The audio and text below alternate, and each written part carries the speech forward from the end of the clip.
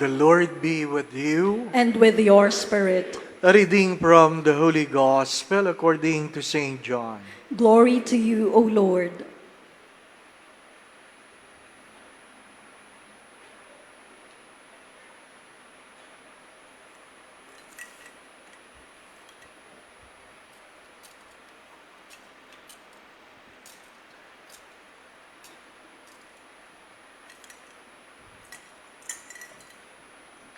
On the first day of the week, Mary of Magdala came to the tomb early in the morning while it was still dark, and saw the stone removed from the tomb.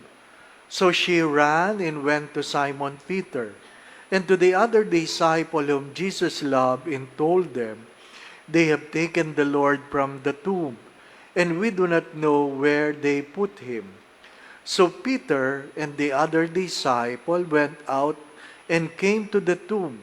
They both ran, but the other disciple ran faster than Peter and arrived at the tomb first. He bent down and saw the burial clothes there, but did not go in. When Simon Peter arrived after him, he went into the tomb and saw the burial clothes there, and the cloth that had covered his head, not with the burial clothes, but rolled up in a separate place. Then the other disciples also went in, the one who had arrived at the tomb first, and he saw and believed, for they did not yet understand the scripture that he had to rise from the dead.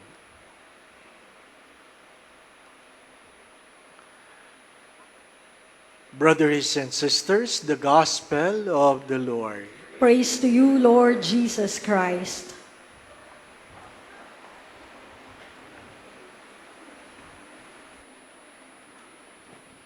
Happy Easter! Dapat may cheer tayo, ano?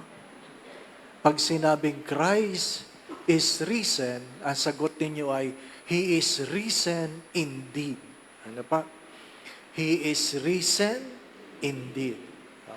Practicein natin. Christ is risen?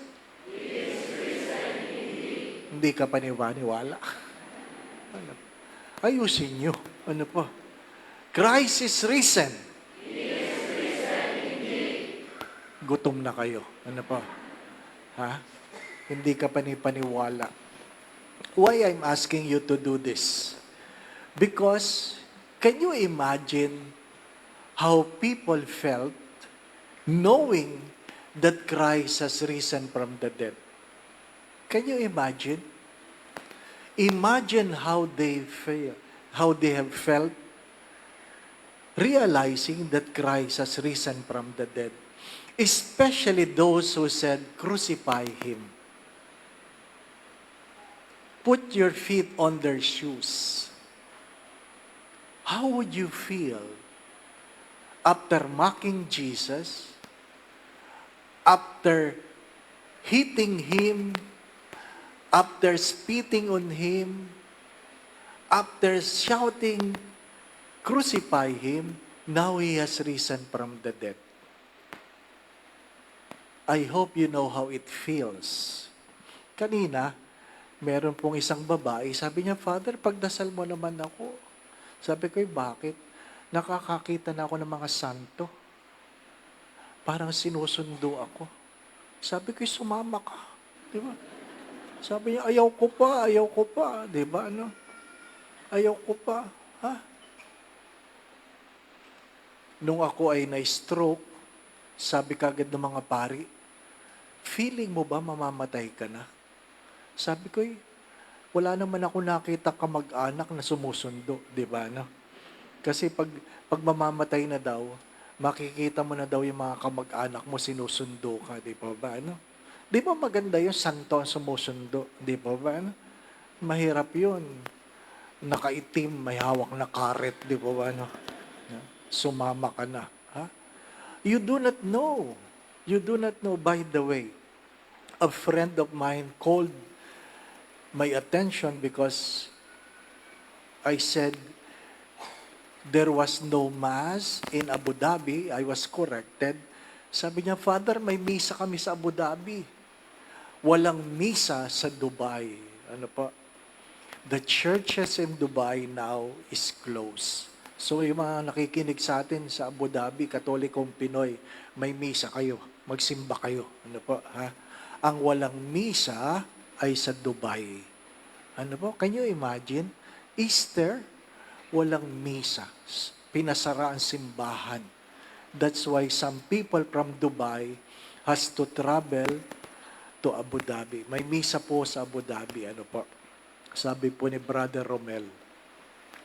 Going back to what I've said, ask yourself, how would you feel? My dear friends, I have said this, no religion, no other belief, aside from us, believe in a God who incarnated, walked with us, dined with us, suffered, crucified, and on the third day, have risen from the dead. Walang ibang pananampalataya.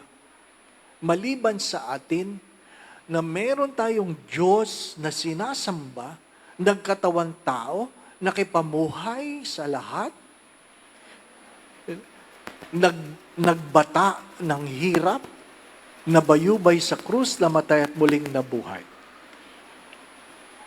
Ang unang pagbasa ay isa sa pagpapatunay na ang Diyos ay muling nabuhay. Hindi lamang walang laman ang libingan. The gospel speaks about the empty tomb.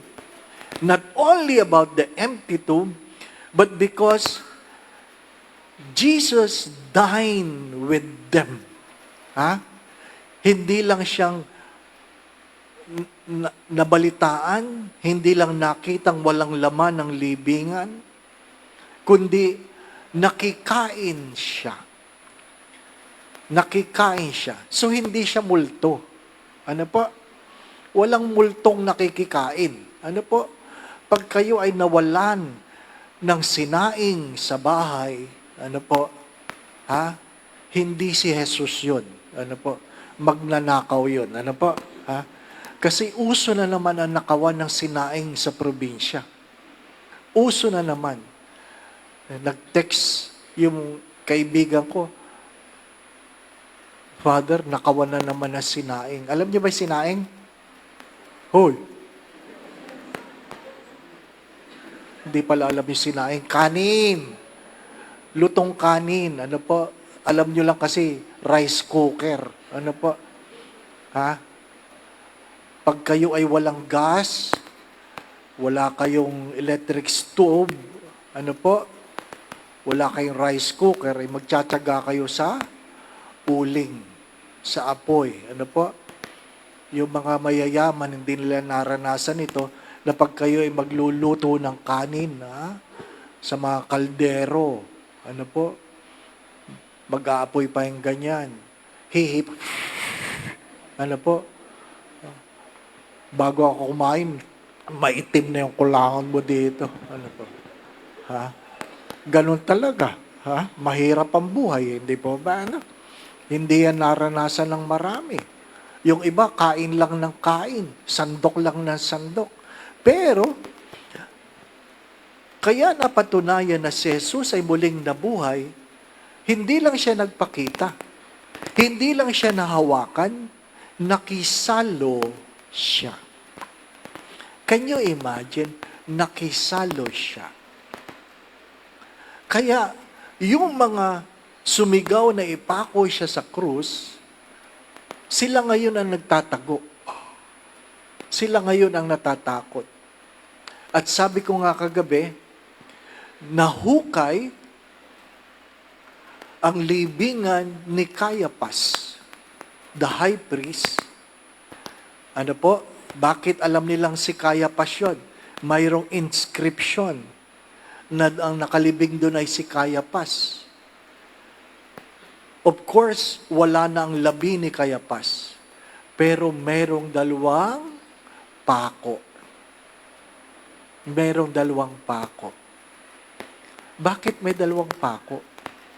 Marahil, nung ibinaba si Jesus sa krus ni Nicodemus, hiningi ni Caiaphas yun.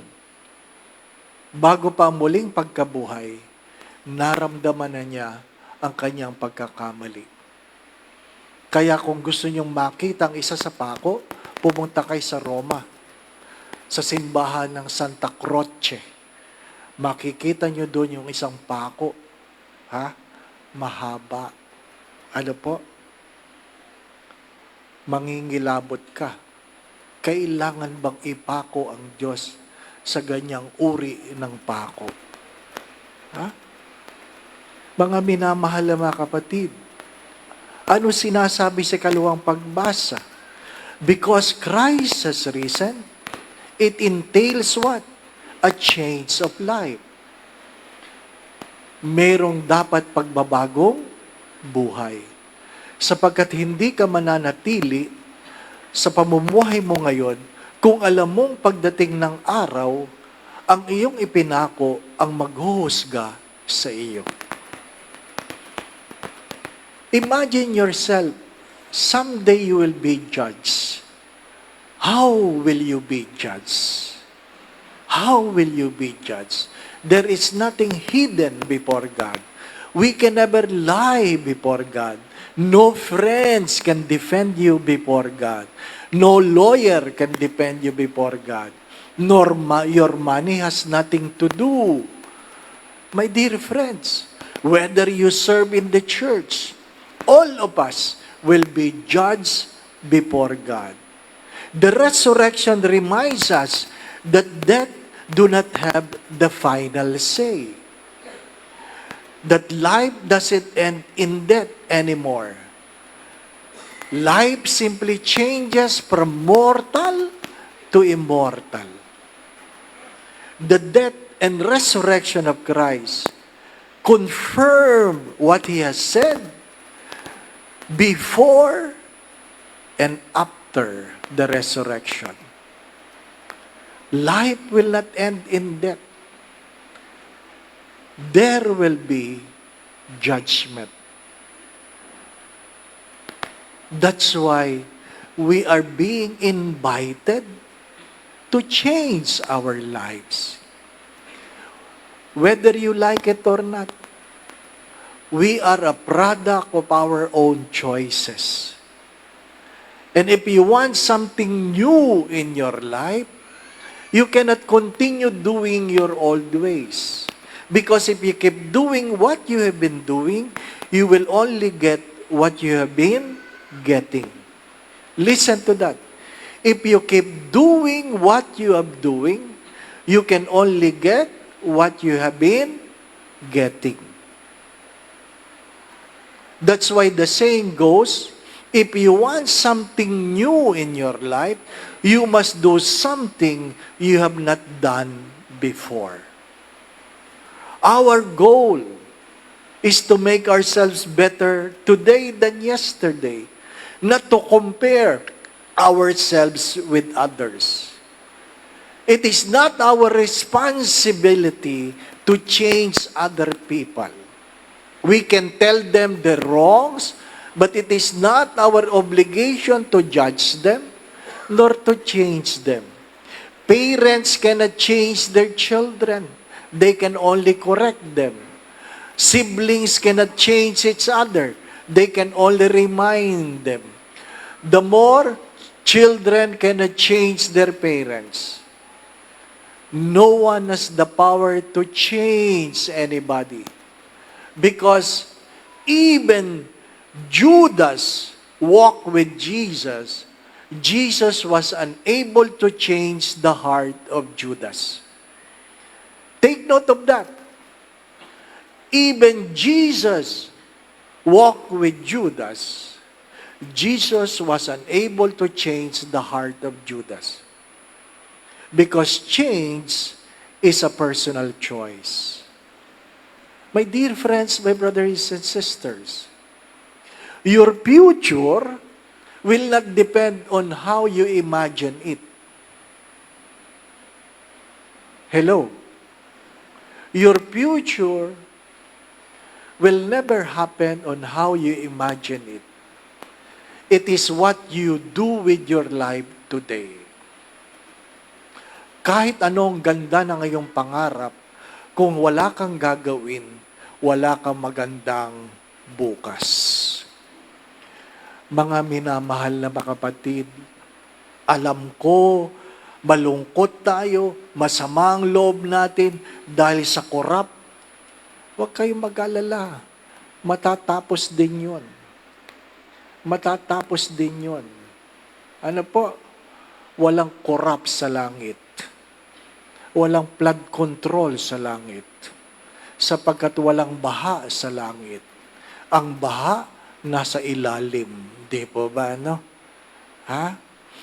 Kahit maraming engineer doon, walang aircon doon. Tandaan nyo yan. Dalawa lang ang pupuntahan natin. Smoking or non-smoking. Dalawa lang yan. Ha? Sa ayaw at sa gusto nyo, dalawa lang talaga. Kahit ayaw mo magpunta doon, kung ang uri ng pamumuhay mo, pang smoking area ka talaga.